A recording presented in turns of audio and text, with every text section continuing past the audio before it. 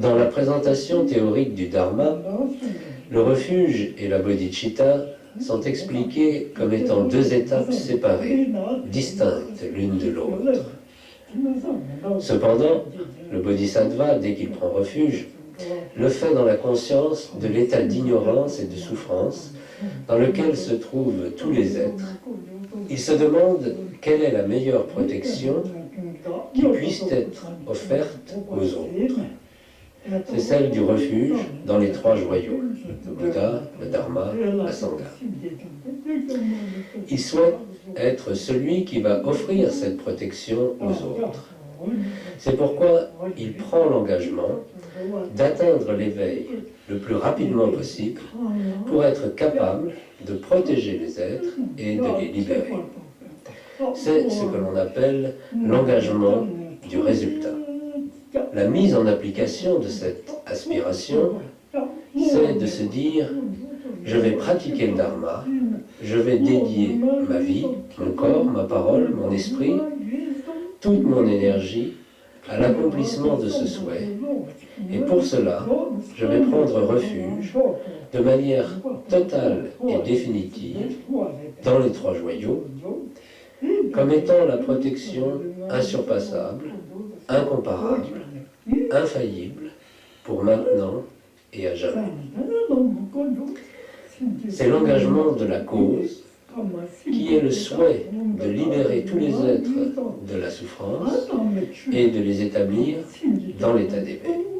Cela implique l'abandon total de son intérêt personnel à l'accomplissement de ce but, et pour ce faire, on se place sous la protection des trois joyaux simultanément pour soi-même et pour tous les êtres.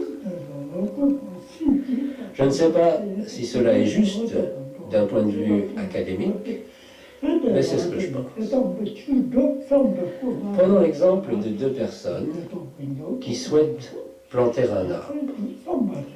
La première dit « J'ai un terrain, je vais planter un arbre, et quand cet arbre sera grand, je pourrai jouir des fruits qu'il portera. » Par cette identification, il est propriétaire de son arbre.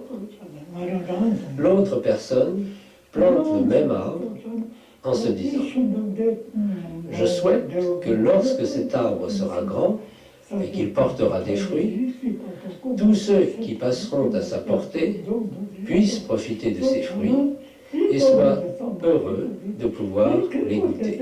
Je ne me considère pas comme propriétaire de cet arbre. Le résultat sera différent parce que l'intention de départ est différente.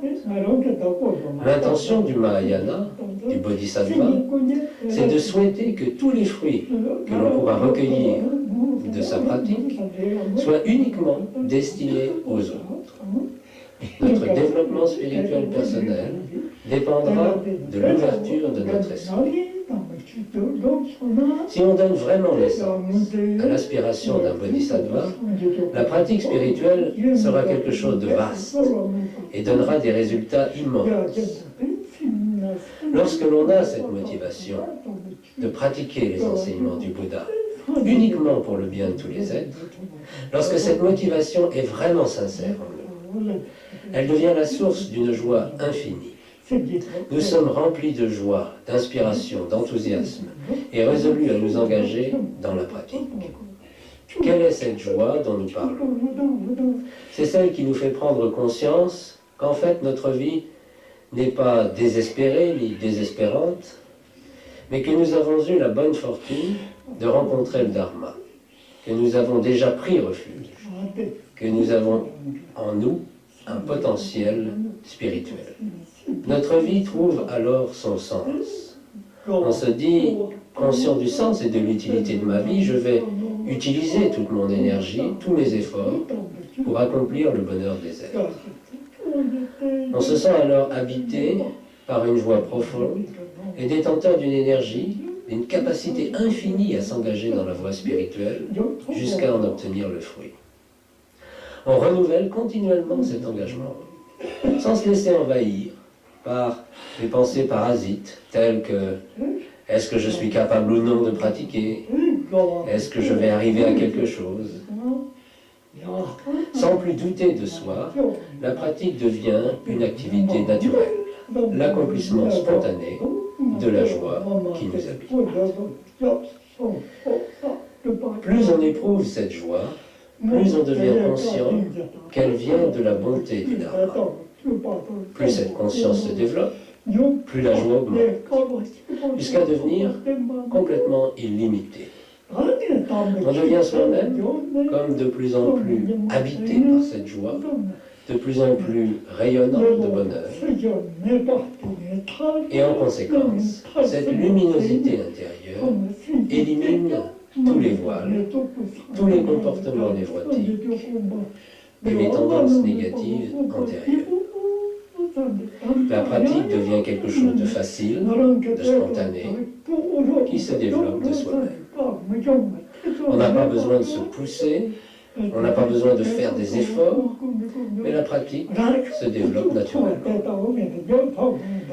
Elle est guidée par cette joie, semblable à un grand feu qui se répand, qu'on ne peut plus contenir, qui brûle toute négativité, qui emporte avec lui toute souffrance.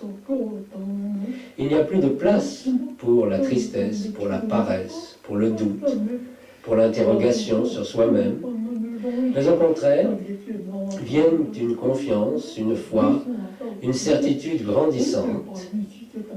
Cette luminosité a le pouvoir de détruire toutes les tendances néfastes, tous les comportements antérieurs impropres, tous les doutes, si bien que l'engagement de pratique devient de plus en plus une évidence.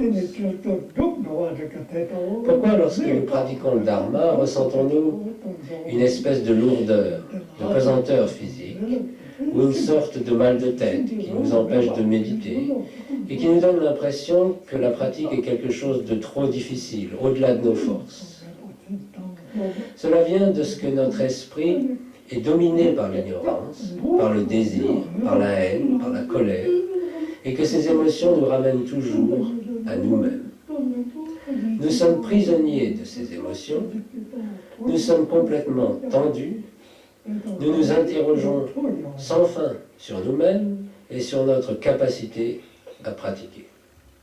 Nous avons l'impression de ne pas être capables de donner naissance à une dévotion véritable, parce que nous nous disons, il faut que je sois quelqu'un de bien, il faut que je réussisse, il faut que j'y arrive. On devient tellement préoccupé par l'image de soi qu'on n'arrive même plus à réciter un seul mantra, à faire une seule prière. Nous sommes paralysés par notre propre image et par la volonté de prouver qui nous sommes. C'est l'attachement à soi qui est cause de toutes les difficultés, de tous les problèmes. Nous sommes comme écartelés entre deux tendances.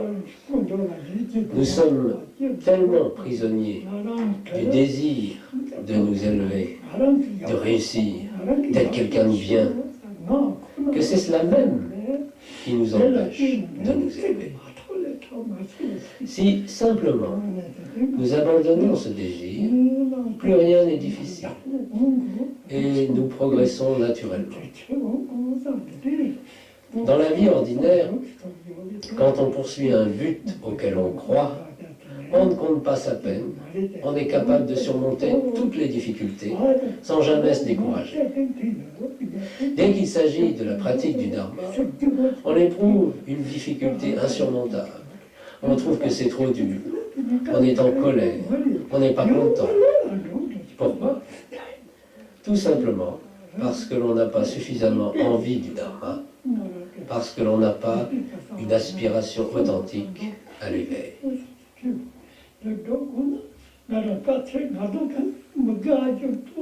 Si nous mettons la même ardeur à pratiquer le Dharma que celle dont nous sommes capables pour des objectifs mondains, l'obtention de l'éveil est tout à fait à notre portée.